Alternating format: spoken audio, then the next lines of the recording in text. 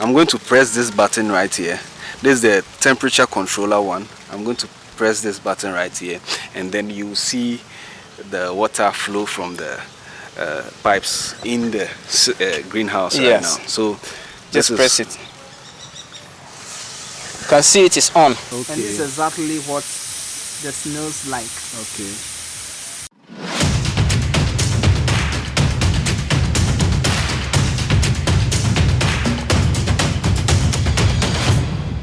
Akwaba Miawezon, welcome to the channel once again. My name is Aforve.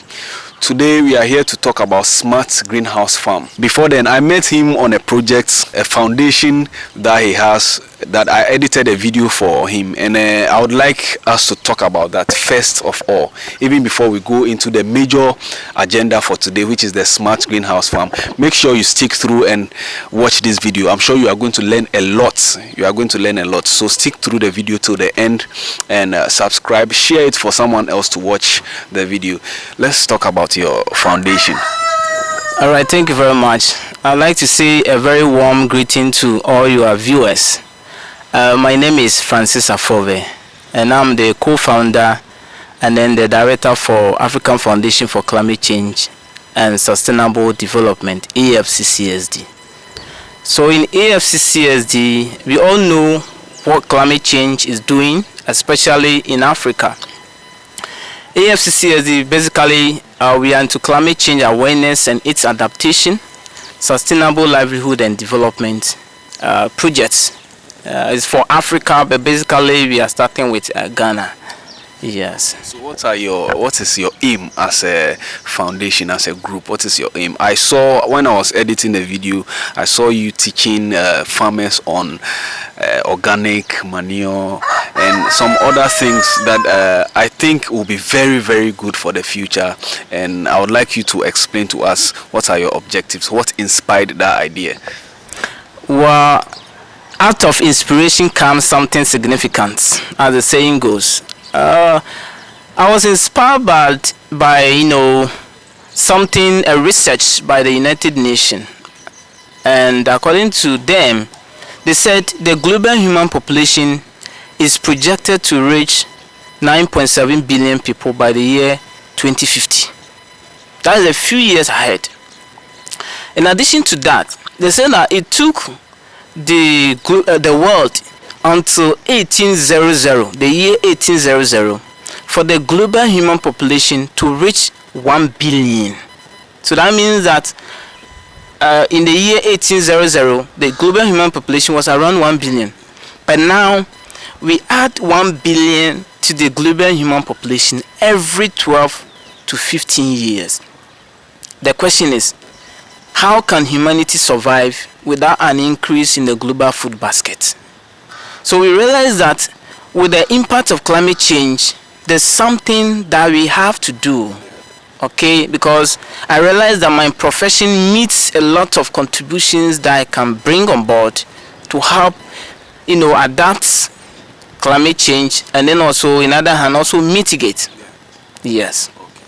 So how has that affected or changed the farming community where you did the project? I realized that you did it as the Ashaman irrigation project, and through the editing I saw that you made statements like you would be going to monitor some of the things that you've taught them. You'll be monitoring the farmers and their farms.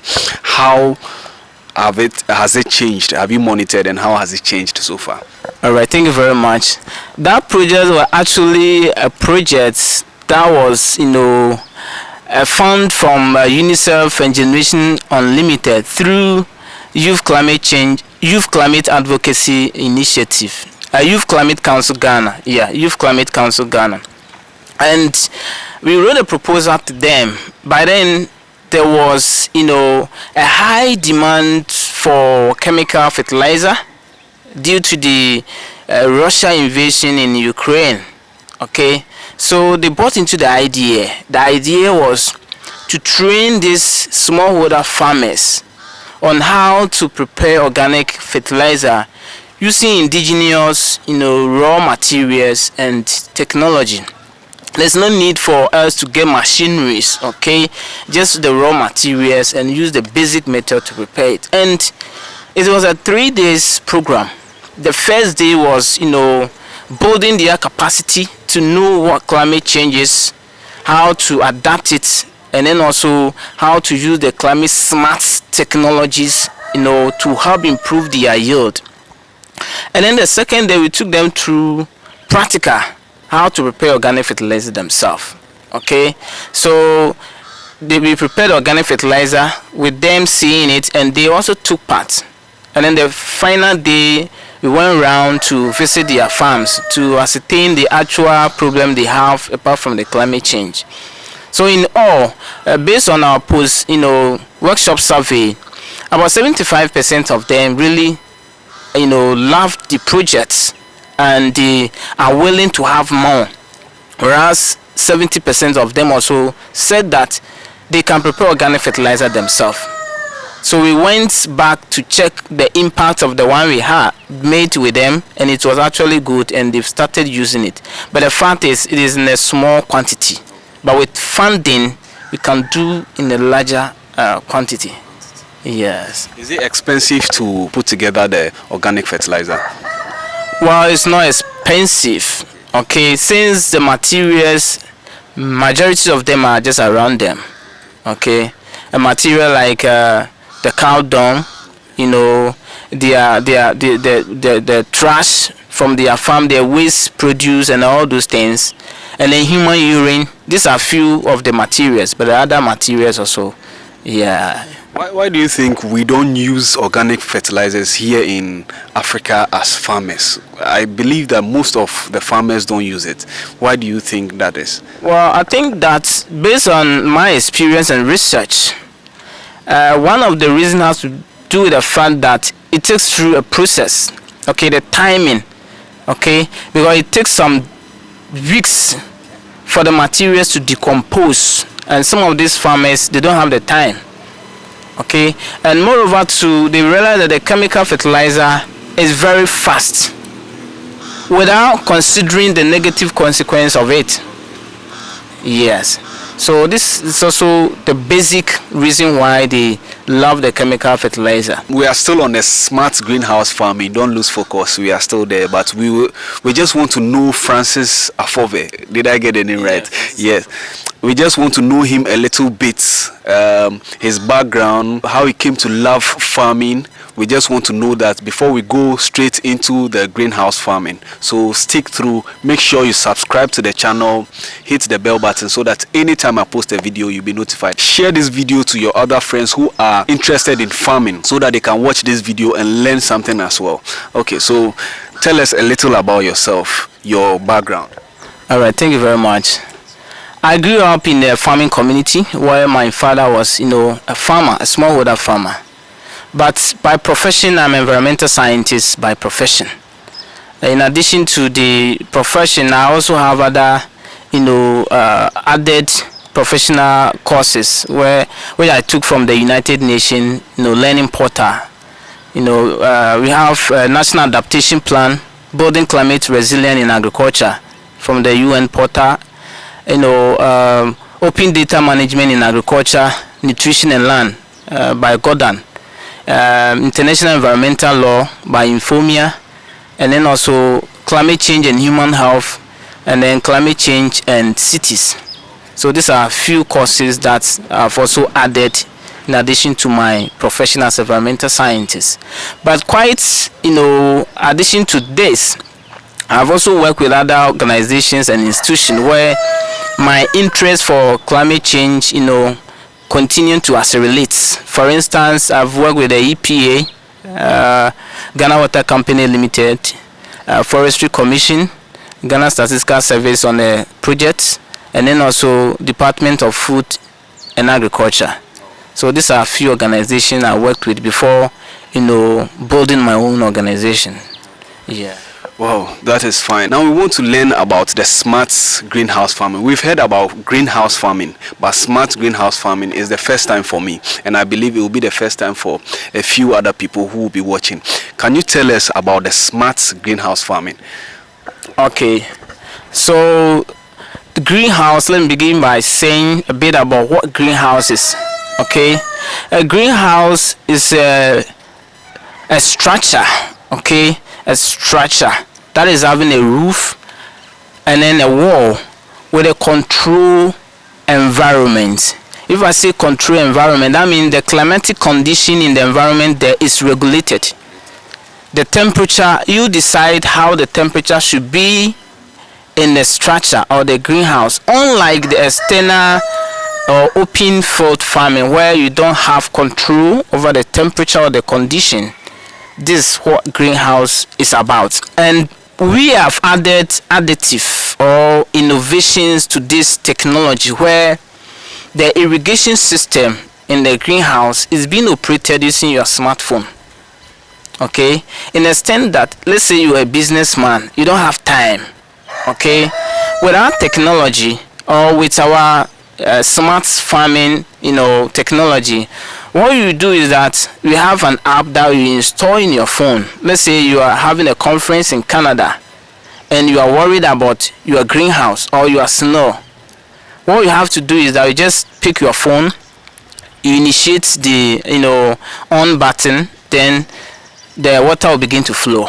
If you have any questions, you can just add them to the comment section. I'm sure we'll be having another section with Mr. Francis Aforve. Keep watching the video. We'll demonstrate the watering and everything that we've talked about right now. And then we'll be talking about money. Stick through. I know it is very important for a lot of people. We'll be talking about how much we can make. Schedule, irrigation. So this is how you schedule it. You have morning, afternoon, and then that of the evening. Okay. So can you demonstrate to us? Let's see how. So in a situation whereby you want to own it yourself, let's say you are in Canada, you are in US, or you are in Ghana here, you don't want to come to the farm. Even if you are here, you can even still use the automation. So you have the on button and you can see the temperature inside. You just press it and then the system is on. Okay. And what we are using is a fogger. So it comes like a shower. Okay. And this is exactly what the snails like. Okay. Oh. So if you want to off it try off it. Yeah. If you want to off it just press the button. Okay. Then it's off. And it's off now.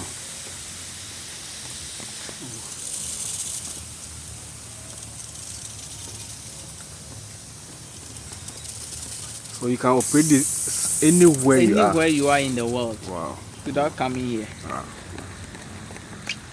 Okay. So apart from it telling you the temperature, you being able to water it, water from your phone, what else can you do with your phone? With the phone, you can also know the humidity that is in the environment here. Okay. The humidity has to do with the water vapor, okay, or the moisture content in the environment here. You also know it. Oh, okay. Yes. And then also we have installed CCTV camera where you can see vividly by yourself what is actually happening in the environment or the greenhouse. How strong is the greenhouse in the first place? Well, the greenhouse is made up of materials like galvanized metal, and we all know how strong galvanized metal is. It can withstand corrosion and erosion. Okay, and in addition to that, we use shade net, and the shade net we are using specifically for the snail farming a 60% shade net. That means that it takes 60% of the sun out, and then 40% which is needed for the growth of the things, the crops in the farm or the greenhouse comes in. And within it takes a minimum of, let's say, 5 years. That is minimum. If you don't take care of it well, and that one is not even the metal that will even get destroyed, but it is the netting. If I want to go into snail farming, what are the things I should consider first? Okay, the first thing you need to look at is the market. Okay. But fortunately for Ghana, we have a huge market. A huge market to the extent that even in Ghana here, every year we import 15,000 tons of snails from our neighboring countries into the country. That is approximately about 24 to 30 million pieces of snails, depending on the size. Okay, and locally, that means that locally you've not even quenched the demand. So for the market aspect, there's a market. Even in addition to the demand for the fresh, the slime is also used by the pharmaceutical industry for cosmetic purposes. Yes. So that is the first thing you have to consider. And then after that, you have to look at the location where you are going to put it. Okay, is a place prone to excessive wind or is under a lot of trees? You have to consider all those things. And then after that, then you look at the materials that you are going to use for the farming. Okay, so which is best for the snail's growth? Is it a windy area or a place where there's a lot of shade? Well, because you are going to use a greenhouse, there shouldn't be too much shade. Okay, there should be a room for few amounts of sunlight to penetrate. Because as I said earlier on, already the shade net we are using is 60%, meaning that the structure has only access to 40% sunlight. So that 40% sunlight shouldn't be denied or be blocked by other external factors like trees. The snail, which kind should I buy? Okay, so primarily in Ghana here, we use 3 different types of snails. It's being patronized. The first one is the achatina, that is giant African snail. Then the second one is Achatina marginata. People call it pobre. In Ashanti, for instance, they call it pobre. Then Achatina follica. The follica in Cote d'Ivoire, they call it city girl because it's been seen almost everywhere. When it rains, you see it moving around. People call it catrivene, but the actual name is cotavene.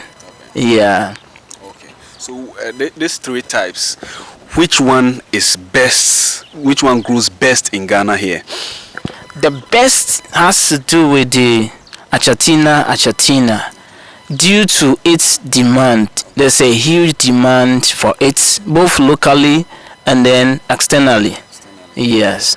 We are looking at the where the environment we should keep it. How should we keep it? How should we maintain it? How many times should we feed it in a day? What type of feed should we give to it in terms of water and all of that? Can you educate us on that? Well, before we talk about the feed, let me take you swiftly through how the structure is. Before we put the structure, we have to first of all look at the soil. After considering the humidity and then the external factors, and we use an instrument which is called 4-in-1 soil survey instrument. Okay, what it does is that first it helps us to know the soil pH, that is the power of hydrogen, because we are going to grow some crops there which the snails are going to feed on. It also helps us to know the soil temperature, whether the temperature there is too high or not. Then it's also tell us the soil moisture, how soft or hard the soil is, and then the sunlight, how sunlight is being penetrated into the soil. So first of all, that is what we use to test the soil. After that, we go ahead with the construction. Now after the construction, then we grow some crops like sweet potato. Sweet potato, as you all know, is a cover crop. So the snails, they like to hide during the day. And then also, before we crop those things, we have to also look at the soil. So there should be a loamy, sandy soil, okay, so that they can go and hide. They like to dig the soil and lay their eggs. Then we also grow cocoyam, dwarf, banana, yes, and then other crops that they feed on, yes, like lettuce, cucumber and all those things. So after it's been grown, then we introduce the snails inside. But in the introduction of the snails, there's one specific type we use, that is the POL. POL is the point of lay. There are those that they are in the early stage that are ready to produce You don't go for the bigger one, because the bigger one, the jumbo, that one they're almost done with the laying. And if they were to be human beings, we would say they are in their early menopause stage. Yeah. How long do they take to grow, and are they ready for the markets? Well, the growth specifically also depend on the factors such as their feeding. Okay, that is why in AFCCSD we've also come out with a special feeding, additional feeding that feed that you give to them once or twice a week. I think if I can bring it out. Yeah, so this is a special feed that we've prepared. That is made up of 6 different ingredients. Okay, including moringa. Okay, we all know how nutritious and powerful moringa is. It also has a calcium. The calcium is from the snail's cells and that of egg. Okay, together with other component that we add. And this one is very, very special for their growth, their reproduction, and then also for their strength. So when all this their nutritional requirements are met, okay, it takes them within 1 year for them to start laying egg. That is, if it has been, the egg is being laid and it has hatched, it takes almost 1 year for that hatch egg to also lay another egg. Okay, meaning that if you bring the point of lay, okay, some within a week it will start laying egg, some within a month, some within 1 month, some within 2 weeks it will start laying eggs. For instance, the one we have here, we brought them about 2 months ago, and a lot of them have started laying eggs, and you can see it yourself. And how many eggs does a snail lay? Well, many people comes out with different numbers, but talking about specifically based on my experience, what I have seen is 187 eggs, which I've even taken a picture of it, which I'll also show you when we go there. So averagely, what I can say boldly is 187 eggs. So a lot of them have also started laying eggs.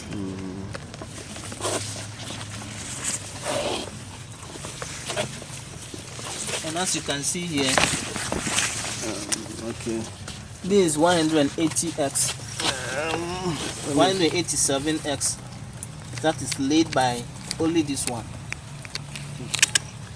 Okay. So these eggs will be picked for incubation. Okay. And how do you pick them? We pick them with a rubber spoon, Okay. and then to an optimum environment where it's very good for them to hatch. Okay. I Yes. think there's a snail there. Yes. Okay. That's the layer.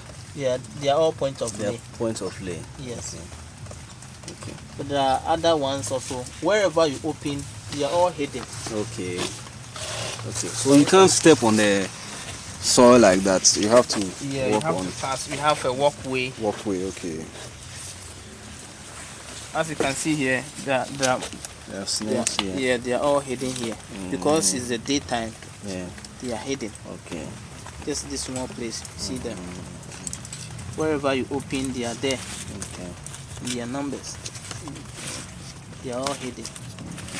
And each one of these can lay Yeah, about 150 Yes, eggs. yes, Wow. more than 150. 185. The one I counted is 187. 87. Okay. Yes, they are all hidden here. Oh, these are all snails. So. Yeah, they are all snails. Wow. And you can see a lot of them here. I don't know if you can count.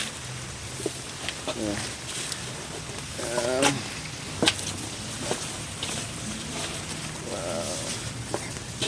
There are lots. The bigger one is even there. Okay. Okay. Wow, this is a huge one. Yes. This This is the one. This one is what we call the jumbo. The jumbo. Yes. Let me see. So the stock in here is 1,050. 1,050. Yes. Wow. This particular greenhouse is having 1,050 snails. How many can it take?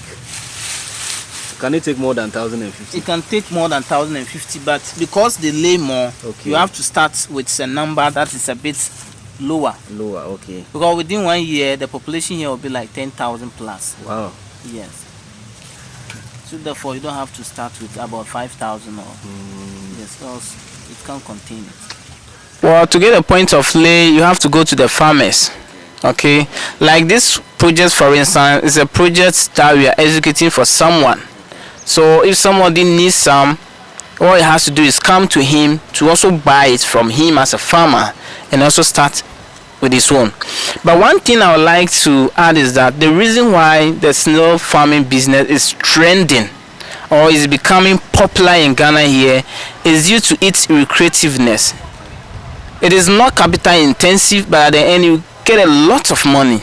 Because let's say one snail, which is point of lay, laying 187, it will hatch around 150, and that 150, one is sold for averagely 10 cedis. Wow. So within a year, Yeah, that's after it's matured. Yes, and it's matured, and the maturity will take within, let's say, 12 months. 12 months, okay. So once now you are going to get 150 times 3, because it lays 3 times a year. That is a lot of money, and you are selling one for 10 cedis. Wow. If you want to do the calculation now, let's say 150 times 3, that would be like 450 times 10. That's just for one snail. Only one. So let's say you have about 1,000 snails. Yes. That's a lot of money. Times 450. Wow, that's a lot. You can imagine. What are some of the benefits of the smart greenhouse farming over the normal open field farming and the normal greenhouse farming? What are some of the benefits we can get if I am an investor and I want to go into it? What are some of the benefits that should convince me to go into?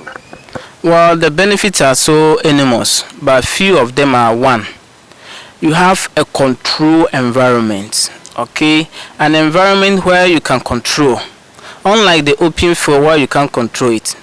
So practically a farmer in Ashaman irrigation there, okay, he cultivated about 2 acres of okra farm. Okay, he's having about 2 acres of okra farm.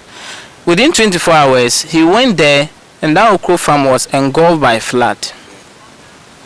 Okay, that is a disadvantage. So you can lose your investment within 24 hours. But for the greenhouse, your investments and its returns is assured. And then secondly, the labor or efficiency.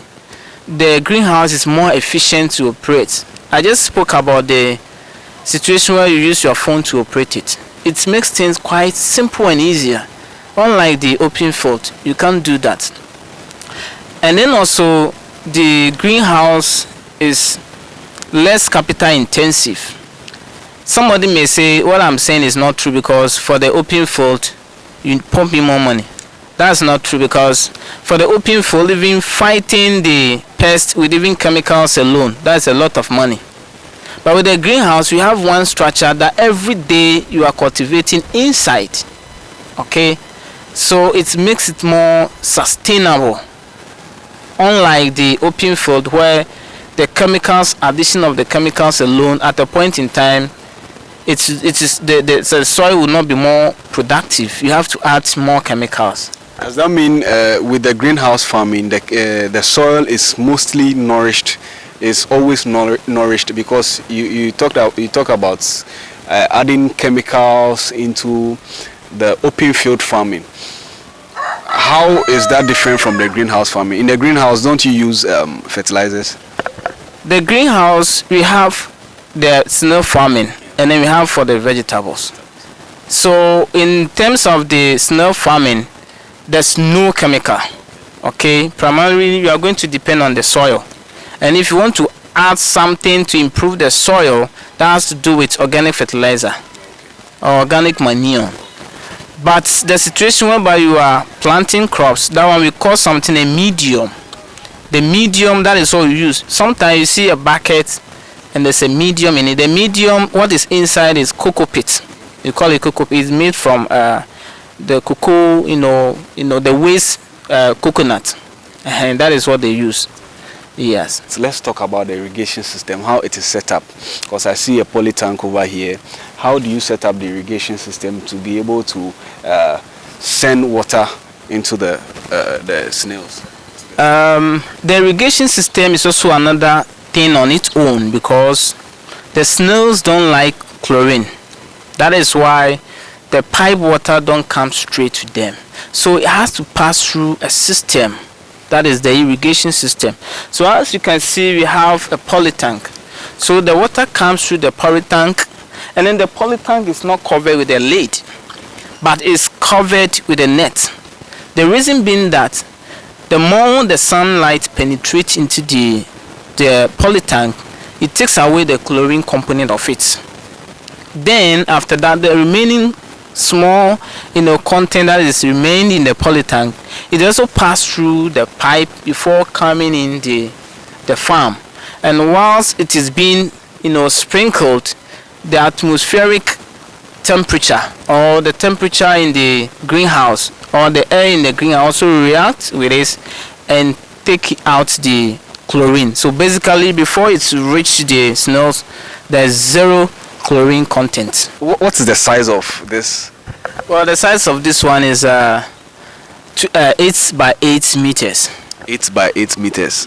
If you can just tell us, if I am ready and I want to draw my budgets, how much should I be targeting for a start? Well, there are so many factors we consider before coming out with the price. One, we look at location, and we also look at the management. For instance, this one is a 10-month project.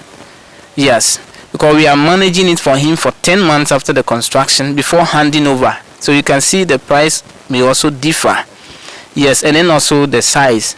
So averagely, I can say that with $3,000, we can have one for you, which is controlled using your smartphone. Yes, and then it's also come with a package of 500 snails, the IoT devices, a whole complete setup. It's a whole complete setup. So it's a package. Yes. The IoT device is the device that allows you to work with your phone. Yeah, the IoT devices are a device that helps you to, control the system with your smartphone. Yes. So with $3,000, we can get have one. Yes. One of that with 500 snails, and yes. That's the 8 by 8. It's not 8 by 8. Yeah, that one is less than this. It's less than this. Okay. So what other sizes? What size specifically would that one be? Well, that would be about 4 by 4. 4 by 4. Yeah. And this is 8 by 8. Yes. Okay. And then what other size do you have? We have 8 by 10. We have 15 by 15, 15 by 25 upwards. So how you want us to do it, we can do it for you. And our prices are also negotiable. Yes. And then also, if you want to do it without the smartphone or without the automation, we can also do it for you based on how you want it. So you shouldn't be scared about the price at all. And even considering the returns, the price is even something you shouldn't consider. Yeah. So what advantage does the automated one have over the normal one?